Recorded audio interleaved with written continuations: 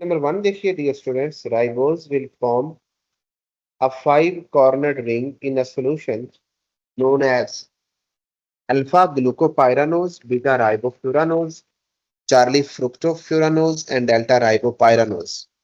मैंने आप लोगों को कल वाले लेक्चर में बताया था कि रिंग्स डियर स्टूडेंट्स दो तरह की होती हैं, एक 5 कॉर्नर्ड रिंग और एक 6 कॉर्नर्ड रिंग। 5 कॉर्नर्ड रिंग को फ्यूरानोज बोलते हैं और 6 कॉर्नर्ड रिंग को पायरानोज बोलते हैं। राइबोज क्योंकि 5 कॉर्नर्ड रिंग बनाता है तो इसलिए इसकी रिंग को राइबोफ्यूरानोज कहते हैं। So right answer is beta. Clear मेरे बेटे? क्वेश्चन नंबर 2 देखिए, hydrolysis process is a reverse of alpha photolytic process, Charlie condensation process, beta condensation process, Charlie reduction process and delta convection process। तो hydrolysis dear students इसका मतलब है कि किसी भी मॉलिक्यूल का टूटना, पानी की मौजूदगी में मॉलिक्यूल के टूटने के अमल को हाइड्रोलिसिस कहते हैं। और कंडेंसेशन प्रोसेस का मतलब होता है ये रिवर्स है, इसमें चीजें सिंथेसाइज होती है और हाइड्रोलिसिस में चीजों की ब्रेक डाउन होती है और ये एक दूसरे का रिवर्सल है। तो beta is right answer. Question number 3 देखिए, which one of the following structural organisation is most common in globular proteins? Alpha primary structure, beta secondary structure, Charlie tertiary structure and delta quaternary structure. तो dear students, globular proteins याद रखिएगा कि इनमें tertiary structure most common structure है और fibrous proteins के अंदर secondary structure most common structure है। इस एतबार से अपने ये दो प्रोटीन्स के नाम याद रखने, one is globular protein and second one is fibrous protein. Globular proteins की एग्जांपल्स याद रखिएगा, एंजाइम्स, हार्मोन्स, हेमोग्लोबिन, एंटीबॉडीज, ये ग्लोबुलर प्रोटीन्स। जबकि myosin, keratin, actin, these are fibrous proteins। so fibrous protein secondary structure रखती हैं और globular protein tertiary structure रखती है। तो ये फर्क याद रखिएगा मेरे बेटे। Question number 4, water acts as a cooling agent for animals and example is alpha transpiration, beta sublimation, Charlie perspiration and delta condensation। So dear students, water acts as a cooling agent for animal and example is perspiration। perspiration के नतीजे में जब surface से water evaporate होता है तो वो body से हीट को अब्सॉर्ब करता है, जिसके नतीजे में बॉडी को कूलिंग इफेक्ट मिलता है। और अगर यहाँ पे मैं एनिमल्स की बजाय प्लांट लगा दूं तो फिर आपका आंसर क्या होना चाहिए? Transpiration। well done मेरे बेटे, शाबाश। then alpha would be right answer, that is transpiration। Question number 5 देखिए dear students, it is an example of non reducing sugar। Non reducing sugar की कौन सी एग्जांपल है? अल्फा लैक्टोज, ये एक रिड्यूसिंग शुगर है। बीटा ग्लूकोज, ये भी एक रिड्यूसिंग शुगर है। Fructose, this is also reducing sugar. ये स्टूडेंट्स, सुक्रोज एक नॉन रिड्यूसिंग शुगर है। तो जो right answer would be delta.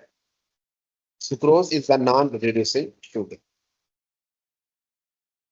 Question number 6 देखिए, dash is synthesized by DNA in a process known as alpha RNA is synthesized by DNA in a process known as replication। नहीं, DNA से RNA के बनने के अमल को replication नहीं कहते, डीएनए से डीएनए के बनने के अमल को रेप्लिकेशन कहते। बीटा डीएनए से डीएनए बनने के अमल को ट्रांसक्रिप्शन नहीं बल्कि इसको रेप्लिकेशन कहते। Charlie, RNA is synthesized by DNA in a process known as transcription। This is right answer। ये स्टूडेंट्स, डबल स्ट्रैंडेड डीएनए से सिंगल स्टैंडर्ड आरएनए के बनने के अमल को ट्रांसक्रिप्शन कहते हैं। So Charlie is right answer. Clear मेरे बेटे? Yes, sir. क्वेश्चन नंबर 7 देखिए, an unsaturated fatty acids with 18 carbon atoms, alpha acetic acid, beta butyric acid, charlie palmitic acid, and delta oleic acid. Dear students, unsaturated fatty acid with 18 carbon atoms, that is oleic acid. Acetic acid में 2 carbon atom होते हैं, butyric acid में 4 होते हैं, palmitic acid में 16 होते हैं, और ये तीनों सैचुरेटेड फैटी एसिड्स हैं। जबकि ओलिक एसिड में कार्बन नंबर 9 और 10 के दरमियान डबल बॉन्ड होता है, इसलिए इसको अनसैचुरेटेड या मोनो अनसैचुरेटेड फैटी एसिड भी कहते हैं। क्वेश्चन नंबर 8 देखिए dear students, the sugar which is a part of ribonucleic acid is alpha ribulose, beta ribose, Charlie deoxyribose and delta dideoxyribose. तो आप लोगों को पता है कि राइबोन्यूक्लिक एसिड आरएनए में राइबोज होती है, so beta is right answer. और अगर मैं राइबोन्यूक्लिक एसिड की जगह पर यहाँ पे डीएनए लिख देता तो फिर आपका आंसर क्या होना चाहिए था? The sugar which is a part of DNA is, शाबाश, then it would Deoxyribose. B deoxyribose. Deoxyribose का मतलब है डियर स्टूडेंट कि कार्बन नंबर 2 पर, ये जो कार्बन नंबर 2 है इसके अंदर जो OH में एक ऑक्सीजन है इसको रिमूव कर दिया जाता है, that's why it is known as deoxyribose. Question number 9 देखिए मेरे बेटे, cohesion of water molecules is responsible for its alpha surface tension, beta polarity, Charlie adhesion, delta solubility. So dear students, cohesion of water molecules is responsible for surface tension. अब surface tension cohesion का मतलब होता है कि water molecules के दरमियान जो force of attraction है, अगर वाटर मॉलिक्यूल्स की किसी और मॉलिक्यूल के साथ अट्रैक्शन है दैट इज एडहेजन। एक जैसे मॉलिक्यूल्स के दरमियान जो अट्रैक्शन हो दैट इज कोहेजन। अब देखो ये एक कंटेनर है, इसके अंदर वाटर मॉलिक्यूल्स, अब ये सारे वाटर मॉलिक्यूल्स आपस में कोहेसिवली अटैच है, हाइड्रोजन बॉन्डिंग है। जब यहां से कुछ पानी के मॉलिक्यूल इवापोरेट होंगे तो चूंकि वो कोहेजन के जरिए दूसरों के साथ अटैच है वो दीगर को भी अपने साथ ऊपर की समत खींचेंगे, जिसके नतीजे में इस सरफेस पर एक तनाव क्रिएट होगा, टेंशन होगा, that is known as surface tension. और ये सरफेस टेंशन क्यों क्रिएट हुई? Because of cohesion of water molecules. Clear मेरे बेटे? Question number 10 Yes, sir. देखिए, all of the following are examples of conjugated molecules except alpha glycolipids, beta glycoproteins, charlie phospholipids and delta lipoproteins. तो glycolipid dear students it's a conjugated molecule. Conjugated molecules वो molecules होते हैं जिसमें दो molecules जो different category से belong करते हो वो मिलकर एक नया मॉलिक्यूल बना रहे हो, दैट इज कॉन्जुगेटेड मॉलिक्यूल। जैसे ग्लाइकोलिपिड में देखो एक तरफ कार्बोहाइड्रेट्स है, वो जब लिपिड के साथ मिलेंगे तो अब ये दो मॉलिक्यूल डिफरेंट कैटेगरी से ये मिलकर जो नया मॉलिक्यूल बनाएंगे that is glycolipid and this is conjugated molecule. इसी तरीके से अगर कार्बोहाइड्रेट और प्रोटीन मिलकर जो मॉलिक्यूल बनाए that is glycoprotein and this is also conjugated molecule. Lipoprotein, protein और लिपिड मिलकर जो मॉलिक्यूल बनाए that is also conjugated molecule. तो ये तीनों कॉन्जुगेटेड मॉलिक्यूल हैं, but phospholipid is not a conjugated molecule, it is a derivative of phosphatidic acid. और ये कॉन्जुगेटेड मॉलिक्यूल नहीं है, ये एक डेरिवेटिव है। सो एक्सेप्शन इज चार्ली। क्लियर मेरे बेटे? क्वेश्चन नंबर 11 देखिए, dash is found in the exoskeleton of crabs, alpha cellulose, beta chitin, charlie murine, delta hemicellulose. So dear students, chitin is found in the exoskeleton of crabs. Crabs के exoskeleton में chitin present होता है, so beta is right answer. Question number 12, which function is not performed by proteins? Protein provide structure support to the cell, ये दुरुस्त है। Protein catalyse biochemical reactions, ये भी दुरुस्त है। आपको पता है कि जितने भी एंजाइम्स हैं वो प्रोटीन इन नेचर हैं और वो केमिकल रिएक्शंस को कैटालाइज करते हैं। Enzyme transport materials across the cell membrane. आपको पता है कि कैरियर और चैनल प्रोटीन्स सेल मेम्ब्रेन के अक्रॉस ट्रांसपोर्ट को रेगुलेट करती है। Protein provides insulation against heat loss, ये दुरुस्त नहीं है। ये काम है लिपिड्स का, it is not a function of protein. So that's why delta is a function that is not performed by protein and it's the right of concept. Question number 13 देखिए, pick up the one which is a terpenite. टर्पिनाइट उस molecule को कहते हैं जो आइसोप्रीनाइड unit से मिलकर बना। Wax ये मिक्सचर है। क्यूटन ये भी टर्पिनाइट नहीं है। Rubber this is the terpenoid, ये आइसोप्रीनाइड यूनिट से मिलकर बनता है and this is a terpenoid. Lecithin phospholipid को कहते हैं और ये भी टर्पिनाइट नहीं।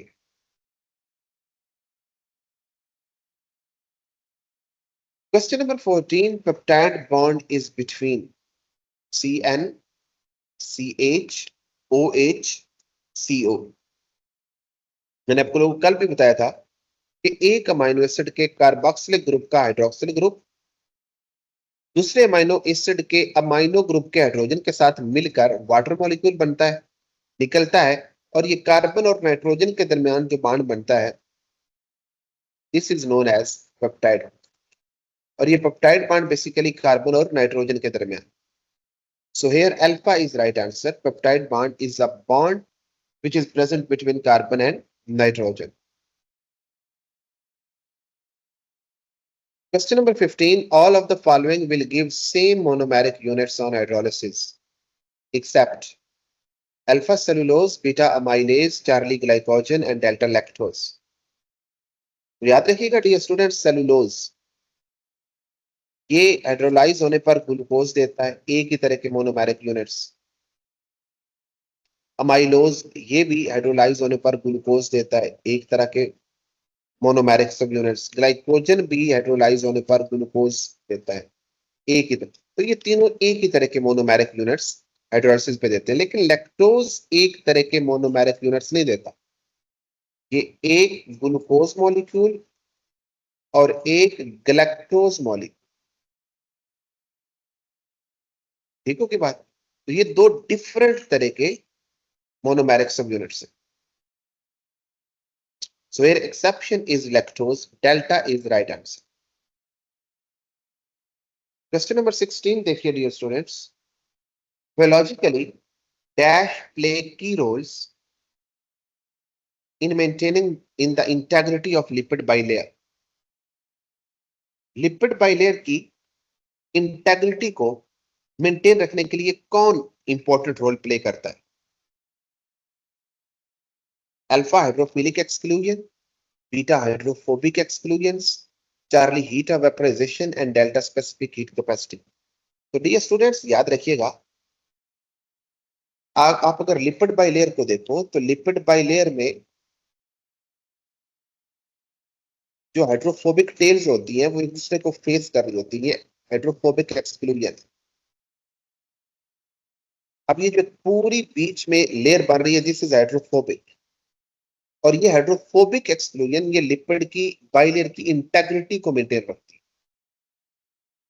तो जो टेल्स होती है ये हाइड्रोफोबिक और जो हेड होते हैं हाइड्रोफिलिक होते हैं। तो ये hydrophobic exclusions they maintain the integrity of lipid bilayer. So beta is right answer.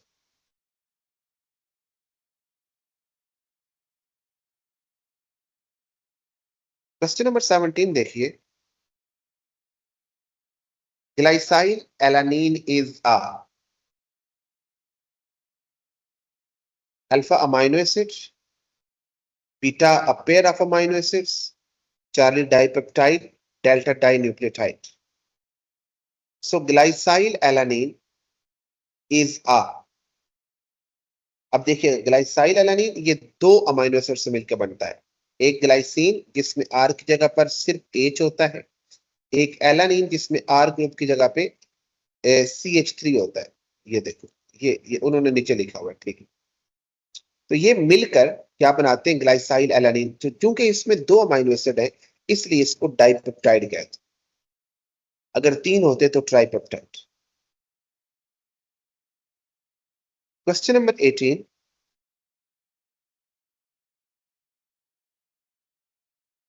C3H6O3 is the chemical formula of alpha glyceraldehyde, beta dihydroxyacetone, Charlie aldo sugar and delta triose। तो देखिएगा, जो 3 carbon वाला compound हो, monosaccharide, उसको ट्राइओस कहते हैं। अब यहाँ पे कंफ्यूजन बच्चों को ये बनती है कि ग्लिसरैल्डिहाइड ये भी एक 3 कार्बन वाला मॉलिक्यूल है, डाइहाइड्रोक्सीएसीटोन ये भी 3 कार्बन वाला मॉलिक्यूल है। तो ये दोनों 3 कार्बन वाले मॉलिक्यूल, लेकिन हमने इन तीनों में से जो ज्यादा वाइड टर्म है उसको ऑप्ट करना है, that is triose. Question number 19, ribose is a pentose sugar that contain alpha aldehyde group, beta ketone group, Charlie carboxyl group and delta ester group। याद रखिए कि ribose is a pentose sugar that contains. तो आपको पता है कि ribose में हमने कल पढ़ा था, इसमें कार्बोनाइल ग्रुप इसकी टर्मिनल पोजीशन पर होता है। सो अगर ये टर्मिनल पोजीशन पर हो तो इसको एल्डो ग्रुप कहते हैं, और इस शुगर को एल्डो शुगर या एल्डिहाइड कहते हैं। तो राइबोज एल्डिहाइड है और ribulose keto sugar. Question number 20 देखो, which one of the following are the most diverse molecules in the cell? Alpha carbohydrates, beta nucleic acids, charlie proteins and delta lipids. याद रखिएगा dear students, cell के अंदर ज्यादा diverse molecule proteins होते हैं।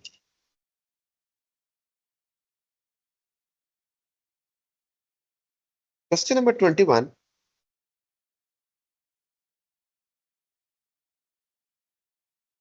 Identify the chemical nature of ribulose bisphosphate. Alpha carbohydrate, beta lipid, Charlie protein and delta enzyme. तो अब इस पे गौर कीजिएगा, इसका पूरा नाम है राइबोलोज बिस्फॉस्फेट। अब राइबोलोज से ही पता चल रहा है कि ये मोनोसेक्राइड है, और मोनोसेक्राइड यहाँ पे है नहीं है, तो मोनोसेक्राइड क्या होते हैं? They are carbohydrate. So alpha is right answer, carbohydrates. Question number 22, it is also called animal starch, alpha glycogen, beta amylose, charlie amylopectin and delta cellulose। तो animal starch that is glycogen, और ये iodine के साथ कौन सा colour देता है? Red. Then question number 23 देखिए dear students, the main source of carbohydrates for animals. ये मैंने आपको कल बताया था। फॉर एनिमल्स जो मेन सोर्स ऑफ कार्बोहाइड्रेट है वो क्या है? That is starch. अगर वो कहते हैं what is the chief form of carbohydrate in animals, तो फिर आपका आंसर क्या होना चाहिए था? बताएं भाई। Glycogen. शाबाश, then your answer should be glycogen. Good. अच्छा जी, क्वेश्चन नंबर 24 देखिए, acetic acid is a dash carbon fatty acid 6248। तो ये 4 तरह के फैटी एसिड्स आपकी बुक में दिए गए हैं। एसिटिक एसिड जिसमें 2 कार्बन होते हैं, ब्यूटारिक एसिड जिसमें 4, palmitic acid 16 and oleic acid 18। इसमें जो पहले तीनों हैं ये सैचुरेटेड हैं और ये अनसैचुरेटेड फैटी एसिड। तो चूंकि वो क्वेश्चन में एसिटिक एसिड पूछ रहे हैं, तो बीटा आपका राइट आंसर होगा। Question number 25, glucose most abundant in alpha guava, beta figs, Charlie carrot and delta lemon. तो ग्लूकोज मोस्ट अबंडेंट किन में होती है? वैसे तो ये ऑल फ्रूट्स में ऑलमोस्ट प्रेजेंट होती है, तो फिग्स के अंदर ये मोस्ट अबंडेंट होती है, डेट्स के अंदर ये मोस्ट अबंडेंट होती है, ग्रेप्स के अंदर ये मोस्ट अबंडेंट होती है। तो इन चारों में से आपका राइट आंसर बीटा होगा, दैट इज फिग्स। इंजीर को बोलते हैं, ठीक है। Question number 26, the most common respiratory substrate as a source of energy is alpha glucose, beta sucrose, Charlie fructose and delta insulin. So dear students, most common respiratory substrate glucose. आप लोगों ने पढ़ा होगा कि रेस्पिरेशन का आगाज glycolysis से होता है और ग्लाइकोलाइसिस होती ही ग्लूकोज की है। It is the most common respiratory substrate. Question number 27, select the protein providing support for the connective tissue. Alpha histone, ये क्रोमोसोम के अंदर प्रेजेंट होती है, कनेक्टिव टिश्यू में नहीं। कैराटीन, ये हेयर और नेल्स में प्रेजेंट होती है। इलास्टिन, ये मसल्स में प्रेजेंट होती है। कोलेजन, ये कनेक्टिव टिश्यूज में प्रेजेंट होती है। आपके ओस्टियोसाइट्स, हड्डियों के सेल्स, और आपके कॉन्ड्रोसाइट्स, कार्टिलेज के सेल्स, ये दोनों जिस मैट्रिक्स में एम्बेडेड होते हैं, that matrix is made up of collagen protein.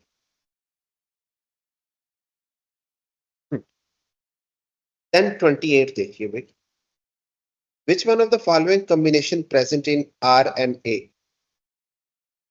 Alpha adenine uracil, beta adenine thymine, Charlie thymine adenine and delta cytosine guanine.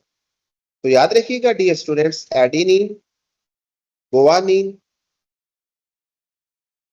And cytosine, ये तीन ऐसी बेसिस है जो डीएनए में भी प्रेजेंट होती हैं और आरएनए में भी प्रेजेंट होती हैं। लेकिन थायामीन और यूरासिल का difference, thiamine is only present in DNA, it is absent in RNA, and uracil is present in only RNA. अब क्योंकि वो 7 एडेनिन से यूरासिल का बेस पेयर है, तो ये डेफिनेटली आरएनए में प्रेजेंट है। बाकी थायामीन वाला बेस पेयर ये डीएनए में होता है। चार्ली वाला दोनों में हो सकता है, तो क्योंकि उसने एक्सक्लूसिव आरएनए का पूछा है, तो alpha most suitable answer. Clear मेरे बेटे? Question number 229, pick up the wrong one, oils are lighter than water, ये भी दुरुस्त है क्योंकि इनकी ग्रेविटी 0.8 होती है, वाटर की 1 होती है। Animal fats are solid at room temperature, ये भी दुरुस्त है क्योंकि ये सैचुरेटेड होते हैं और रूम टेम्परेचर पर सॉलिड होते हैं। Specific gravity of fats is higher than water, ये गलत बात है और यही दुरुस्त ऑप्शन क्योंकि उन्होंने पूछा ही गलत है। So here Charlie is right answer. Question number 30, fibrous protein do not take part in. Fibrous protein muscle contraction में इन्वॉल्व होती है। आप लोगों को पता है कि myosin,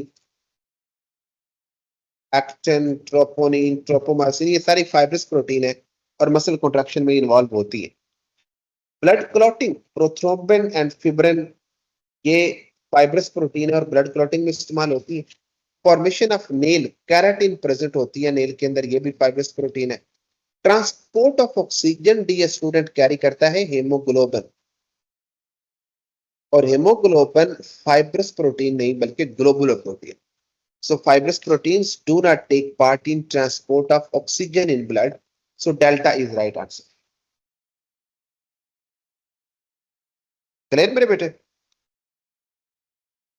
question number 31, pick up physiologically important disaccharides. Alpha sucrose, beta galactose, Charlie glucose and delta starch.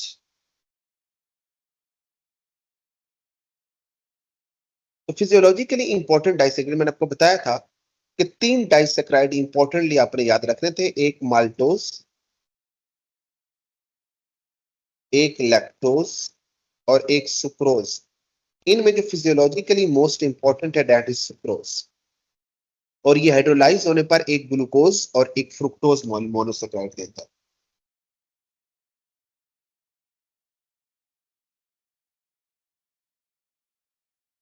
Question number 32, tertiary structure of protein is found in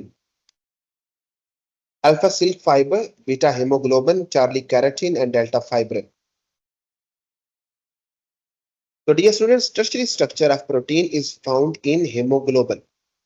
silk fibre ये भी फाइब्रस प्रोटीन है, इनके अंदर सेकेंडरी स्ट्रक्चर होती है, keratin भी fibrin भी, इन तीनों के अंदर सेकेंडरी स्ट्रक्चर होती है। हेमोग्लोबिन ग्लोबुलर प्रोटीन और इसके अंदर टर्शियरी स्ट्रक्चर मौजूद होती है।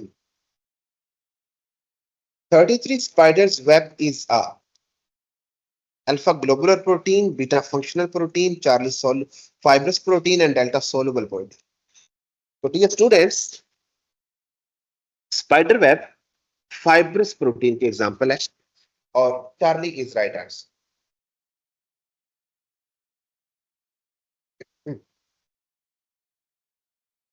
Question number 34, which protein form nail and hairs?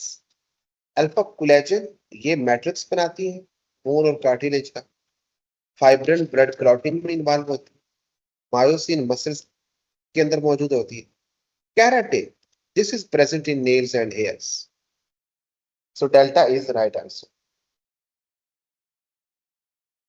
Question number 35, glucopyranose having hydroxyl group on carbon atom 1 below the ring is called। अब याद रखिएगा, ये एक तरतीब याद रखिएगा डियर स्टूडेंट्स। देखो बिलो द रिंग ये अल्फा डेक्स्ट्रोग्लूकापायरानोज है, और अगर अबव द हो तो alpha लीवोग्लूकोपायरानोज।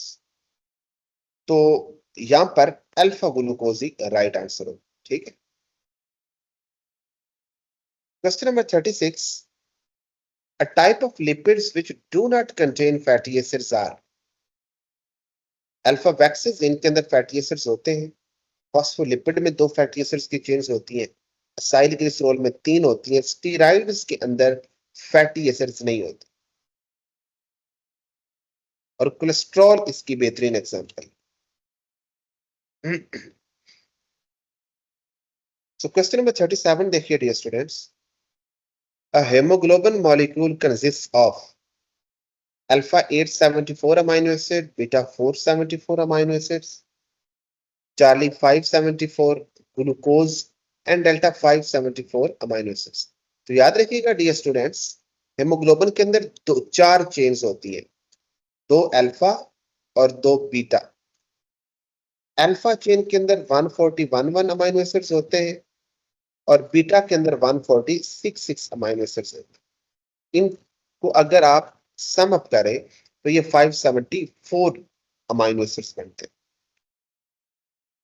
So here delta is a right answer. Question number 38 देखिए, most of the proteins are made up upon alpha type and number of amino acids, beta solubility and type of amino acids, Charlie R group and number of amino acids, delta H group and type of amino acids। So most of proteins are made up upon type and number of amino acids। ये type और number of amino acids पर depend करता है। Question number 39, dash are monomers and dash are polymers। Protein polymer है, amino acid monomer है, तो ये तरतीब दुरुस्त ना हुई। अमाइनो एसिड मोनोमर्स हैं और पॉलीपेप्टाइड पॉलीमर्स, तो ये बीटा राइट आंसर होगा। Amino acids are monomers and polypeptides are polymers. Monosaccharide ये मोनोमर और यहाँ पे पॉलीसेक्राइड आना चाहिए था, ना कि पॉलीपेप्टाइड्स। क्वेश्चन नंबर 40 देखिए, which one of the following structural formula of 2 organic compounds correctly identify along with its related function? अब ये देखिए फॉस्फेटिडिक एसिड है, इससे ये फॉस्फेटाइडाइल कोलिन यानी फॉस्फोलिपिड बन रहा है। ग्लूकोज नहीं है, राइबोज नहीं है, फॉस्फोलिपिड है, और इसका काम है सेल मेम्ब्रेन का स्ट्रक्चर को बनाना। आपने पढ़ा था सेल मेम्ब्रेन के अंदर फॉस्फोलिपिड बाइलेयर होती है and it's a main constituent of plasma membrane and cellular membranes of a cell. So Charlie is right answer. Question number 41 देखिए, dash has exceptionally large amount of water. Amoeba के अंदर इतना पानी नहीं होता है, पैरामीशियम के अंदर नहीं होता, स्टार फिश के अंदर नहीं होता, जेली फिश के अंदर 99% वाटर होता है। Exceptionally large amount of water present होती है जेली फिश के अंदर। 42 they disorganize with changes in the physical physiological environment except enzymes। ये डिसऑर्गेनाइज हो जाते हैं अगर एनवायरमेंट में चेंजेस आए, हत्ता कि टेम्परेचर और पीएच में चेंजेस आए तो डिसऑर्गेनाइज हो जाते हैं। हेमोग्लोबिन हो जाती है, इंसुलिन हो जाती है। तो जितनी भी डियर स्टूडेंट्स ग्लोबुलर प्रोटीन्स हैं ये डिसऑर्गेनाइज हो जाती है अगर फिजियोलॉजिकल एनवायरमेंट में चेंजेस आ जाए, लेकिन फाइब्रस प्रोटीन पे इतना असर नहीं पड़ता।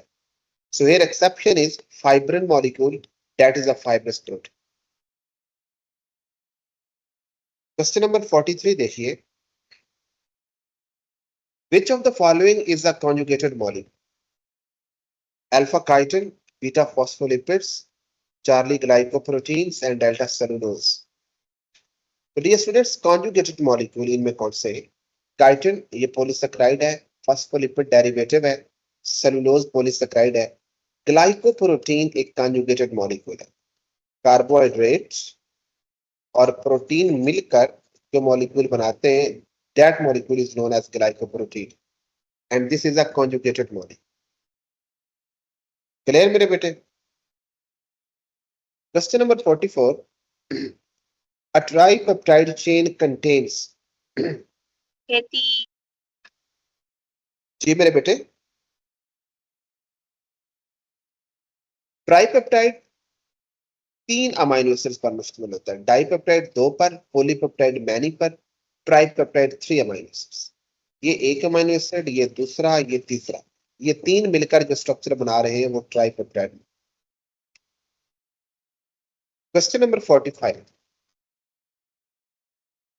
phospholipids are derivatives of alpha phosphatidic acid, beta phosphatidylcholine, Charlie lecithin and delta phosphatidylserine. The phospholipids are derivatives of phosphatidic acid. मैंने आपको बताया था कि अगर आप इस स्ट्रक्चर को गौर से देखो, यहाँ ये ग्लिसरॉल मॉलिक्यूल है, इसके साथ 3 फैटी एसिड अटैच हो तो ये ट्राइग्लिसराइड बनता है। अगर तीसरा फैटी एसिड हटाकर यहाँ पे फॉस्फेट ग्रुप लगा दे तो फॉस्फेटिडिक एसिड है, और इसके साथ अगर एक कोलिन का मॉलिक्यूल अटैच कर दे तो ये फॉस्फेटाइडाइल कोलिन बन जाएगा and this is phospholipid and this is derivative of phosphatidic acid.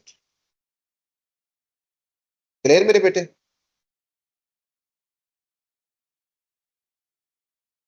Question number 46,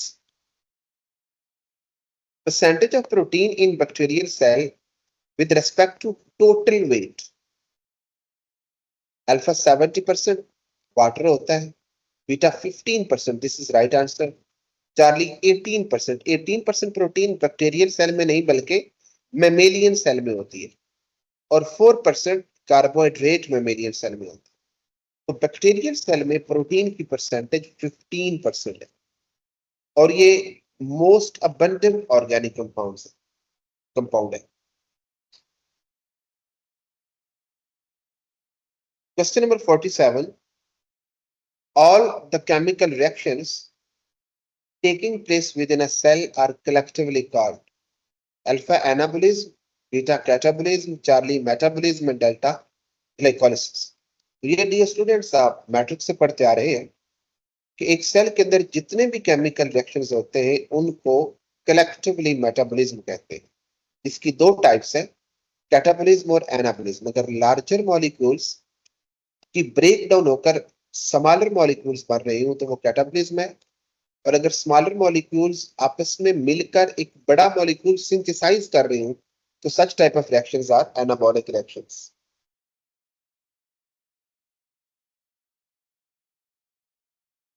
question number 48 देखो मेरे बेटे। A polypeptide chain can be broken down into amino acid. Dehydration नहीं, बीटा कंडेंसेशन ये भी नहीं, charlie hydrolysis this is right answer. Polypeptide chain का amino acid में टूटना in aqueous medium, this is known as hydrolysis. Polymerisation का मतलब होता है मोनोमर यूनिट्स का मिलकर एक पॉलीमर बनाना। तो डिहाइड्रेशन कब होती है? जब बॉडी के अंदर पानी की कमी हो जाए। कंडेंसेशन क्या होती है? जब गैसियस वाटर को लिक्विड वाटर में कन्वर्ट किया जाए। और हाइड्रोलिसिस क्या होती है? जिसमें कोई भी मॉलिक्यूल टूट रहा हो एक्वस मीडियम के अंदर।